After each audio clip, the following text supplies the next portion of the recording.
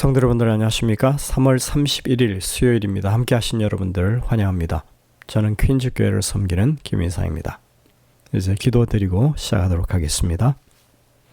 하늘에 계신 아버지 하나님, 오늘도 우리에게 이 한날을 허락하시고 주님의 말씀을 의지하여 이 하루를 열게 하시니 감사드립니다.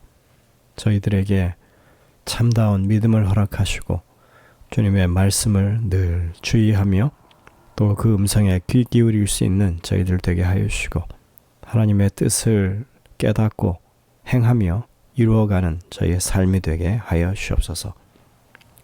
오늘 이 아침에도 주님 앞에 기도드리는 주의 백성들을 돌아보아 주시고 그 어떤 형편에 있든지 간에 하나님의 크신 권능을 의지하게 하시며 또 우리의 삶 속에 여전히 공급하시고 모든 것을 지원하시는 주님을 신뢰하는 그런 믿음을 저희들이 가지게 도와주시옵소서.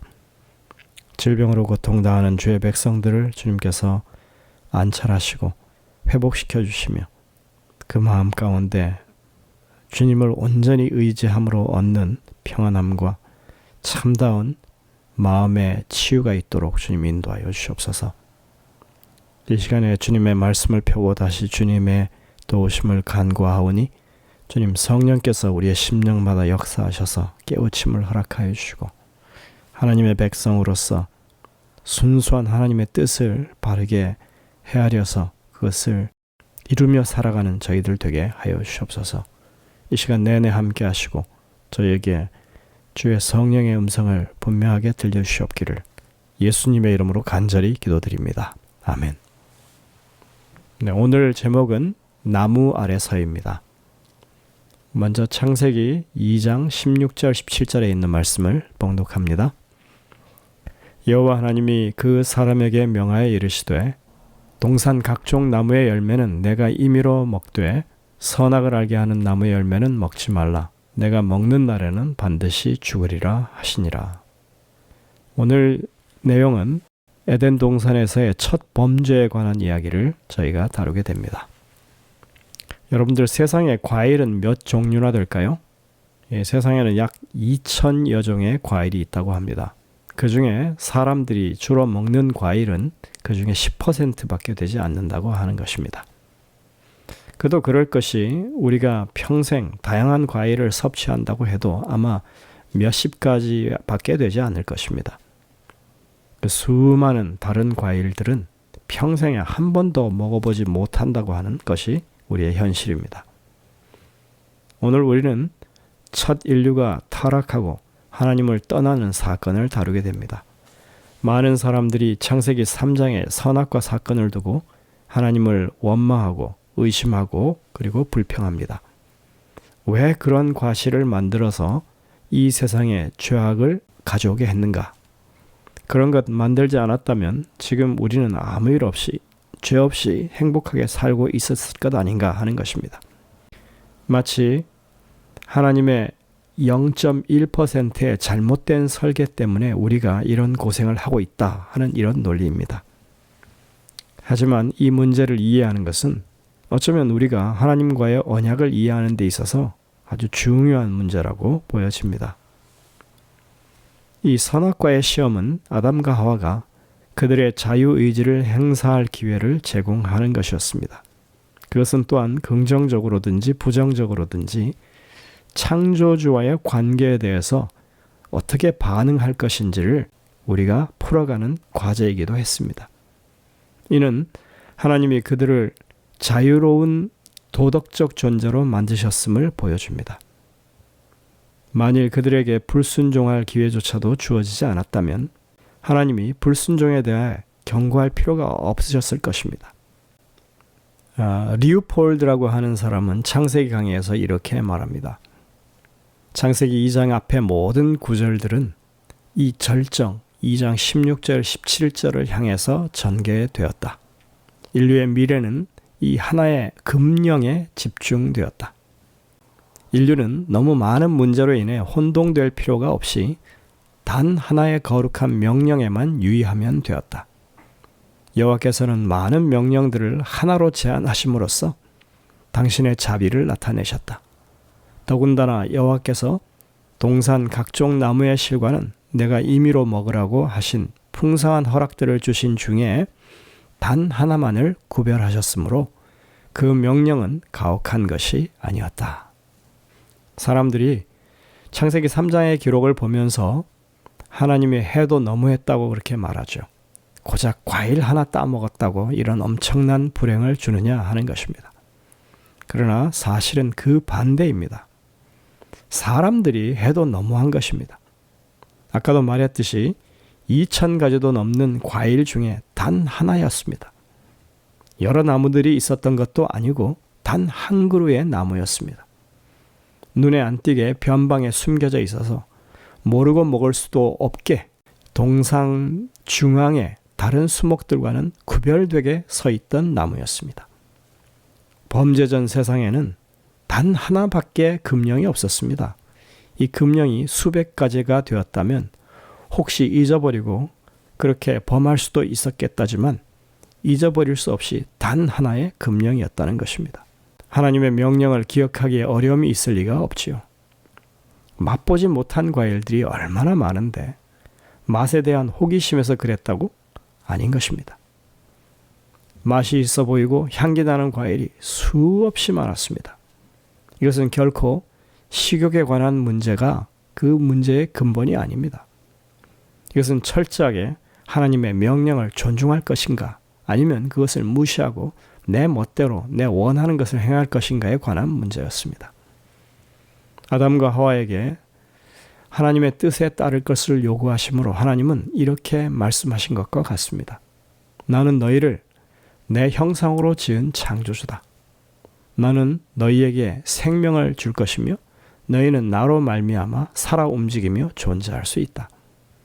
나는 너희의 안녕과 행복을 위해 모든 것을 제공했고 너희로 하여금 나의 명령을 좇아 이 세상을 다스리도록 지배자로 세웠다. 만일 너희가 나를 사랑함으로 이 관계를 인정하기 원한다면 나는 너희의 하나님이 되고 너희는 나의 자녀가 될 것이다. 그리고 너희는 이 특정한 명령에 단순히 순종함으로써 그 관계에 대한 인정과 신뢰를 나타낼 수 있다. 우리와 하나님과의 관계 또한 우리가 그분의 뜻을 받아들이기로 스스로 선택할 때에만 유효하고 지속될 수 있다는 것입니다. 그분의 뜻을 거절하는 것은 그분으로부터 독립을 주장하는 것이며 그분이 필요치 않다고 믿고 있다고 하는 것을 나타내는 것입니다. 그러한 선택은 악을 알게 하는 결과를 초래했고 그 악은 소외와 고독, 좌절과 죽음으로 결국은 다가가게 되는 것입니다. 자, 여러분들 하나님께서 이렇게 제안하셨다고 하는 것은 어떻게 보면 이것은 하나님께서 인류의 최초의 인류와 함께 언약을 맺으신 것과 같다고 볼 수 있는 것입니다. 자, 이런 상황에서 여러분들 누가 너무했다고 보십니까? 하나님이 너무하셨습니까? 아니면 첫 인류가 너무했습니까? 두말할 것도 없이 사람들이 너무한 것입니다. 모든 것이 다 허용되었고 모든 것이 다 제공되었습니다. 단지 그 하나만 금지되었습니다. 따라서 그들이 그 일을 했다고 하는 것은 다분히 고의적이라고밖에 할 수가 없는 것입니다. 하나님의 말씀은 너희가 그것을 먹는 날에는 정령 죽으리라 하셨습니다. 그들은 하나님의 최초의 금령을 범하기로 마음 먹었기 때문에 그것을 한 것입니다. 하나님보다 사단의 말을 더 신뢰했습니다. 이미 이 언약의 기본인 신뢰의 관계가 깨어진 것입니다. 그들은 하나님의 영광을 눈으로 직접 보았던 사람들이었습니다. 범죄 이전에 이들의 지력이나 사고력은 정말 아주 뛰어났습니다. 그럼에도 불구하고 그들은 스스로 범죄했습니다. 범죄하려는 마음이 없었다면 얼마든지 피할 수 있었을 것입니다. 그러나 이들은 분명히 범죄를 의도한 것입니다. 하와는 뱀의 유혹에 넘어가서 선악을 알게 하는 나무의 열매를 먹는 범죄 행위를 하기 이전에 이미 하나님의 금령을 듣지 않기로 마음의 결정을 내렸고 양심의 호소를 거부하면서 직접 그 행위를 저지른 것이었습니다. 부조와 선지자에 보면 와이슨 이렇게 말합니다. 하와는 사단의 말을 참으로 믿었으나 그의 믿음이 그에게서 죄의 형벌을 면제시켜 주지는 못하였다. 그 여자는 하나님의 말씀을 불신하였는 바 바로 이것이 그 여자를 타락으로 이끈 것이었다. 심판의 때 사람들은 그들이 거짓말을 양심적으로 믿었기 때문이 아니라 진리를 믿지 아니하였기 때문에, 진리가 무엇인지를 배울 기회를 등한히 하였기 때문에 정죄를 받을 것이다. 그렇지 않다는 사단의 궤변에도 불구하고 하나님께 불순종하는 것은 언제나 비참한 결과를 가져온다. 우리는 진리가 무엇인지 알기 위하여 열심히 귀를 기울여야 한다.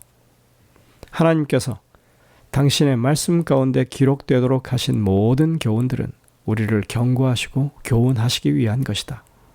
그것들은 우리를 기만으로부터 구원하시기 위해 주어진 것이다. 그것들을 무시하면 우리 자신에게 멸망을 초래할 것이다. 우리는 하나님의 말씀과 모순되는 것은 무엇이든지 그것들이 사단에게서 온 것이라고 확신할 수 있다. 하나님과 우리가 바른 관계, 행복한 관계를 유지하기 위해서 변치 않는 원칙이 여기 제시되고 있는 것입니다. 피조물로서 우리가 하나님과 바르고 행복한 관계를 유지하는 것은 그분을 신뢰하고 사랑하며 그분의 말씀에 순종하는 것밖에 없습니다. 이것은 에덴 동산에서의 범죄 이전이나 범죄 이후에나 한결같은 하나님을 섬기는 원칙입니다.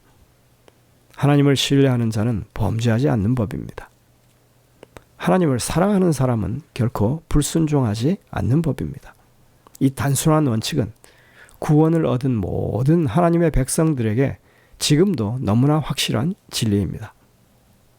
영감의 교훈에 보면 이렇게 말합니다. 천사들처럼 에덴의 거주자들도 시험 아래 있었으며 그들의 행복스러운 지위는 창조주의 율법에 충성하는 조건 하에서만 지속될 수 있었다. 그들은 순종하고 살든지 불순종하여 죽을 수도 있었다. 그러나 그들이 하나님의 뜻을 거역하면 범죄한 천사들을 아끼지 않으신 하나님께서 그들을 아끼실 수 없으실 것이었다. 우리가 오늘 살펴본 에덴 동산에서의 첫 범죄 사건은 사실 하나님의 언약에 대한 분명한 윤곽을 보여줍니다. 이것은 그저 범죄의 기록이 아닌 것입니다. 하나님은 피조물인 인간을 대하실 때 언제나 언약의 입장에서 대하신다고 하는 것을 우리가 여기서 생각할 수 있습니다. 성경에 보면 여러 가지 언약들이 나옵니다. 노아에게 맺으신 언약, 아브라함의 언약, 시내산 언약, 다윗의 언약, 이런 언약들 말고 사실은 범죄 이전에도 하나님과 인류는 언약적 관계에 있었다고 하는 것을 우리가 분명히 지금 이 사건을 통해서 볼 수 있는 것입니다.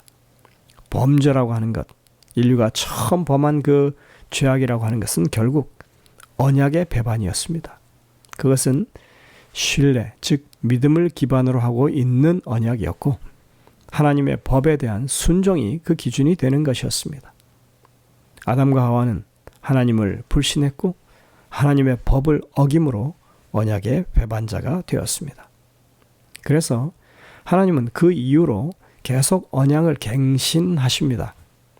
그래서 예전에 처음에 맺으셨던 그 언약의 관계로 회복하려고 그 언약을 갱신하신다고 하는 것을 우리가 여기서 다시 한번 확인하게 되는 것입니다. 따라서 우리는 정말 하나님의 백성으로서 그 인류가 처음에 실패했던 그 언약을 배반하는 그 현장에 서서 우리가 하나님의 은혜로 말미암아 구원받은 사람들로서 이제는 언약에 충실한 사람들로 살아가기 위해서 부르심을 받았다고 하는 사실을 여러분들 오늘 이 하루를 통해서 다시 한번 기억하게 되시길 바랍니다. 주님은 한결같은 원칙으로 우리를 대하시고 우리에게 그것을 요구하고 계십니다. 그것은 성경 전반을 통해서 흐르는 구원의 언약의 가장 근본적인 문제입니다.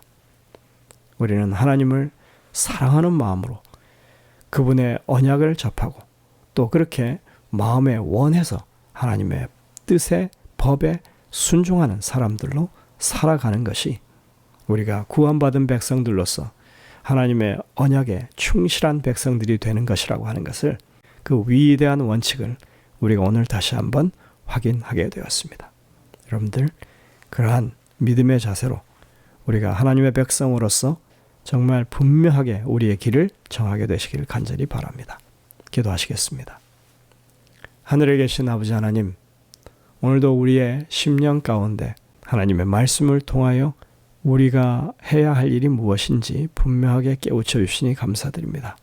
저희들이 늘 깨어있는 마음으로 그리고 지혜롭게 하나님의 말씀을 탐구하고 또 교훈을 얻을 수 있도록 인도하여 주시고, 성령께서 그것을 우리에게 깨우치실 때 우리가 마음을 열고 그것을 받아들이게 하시고 그렇게 살아갈 수 있는 능력을 우리에게 허락하여 주옵소서.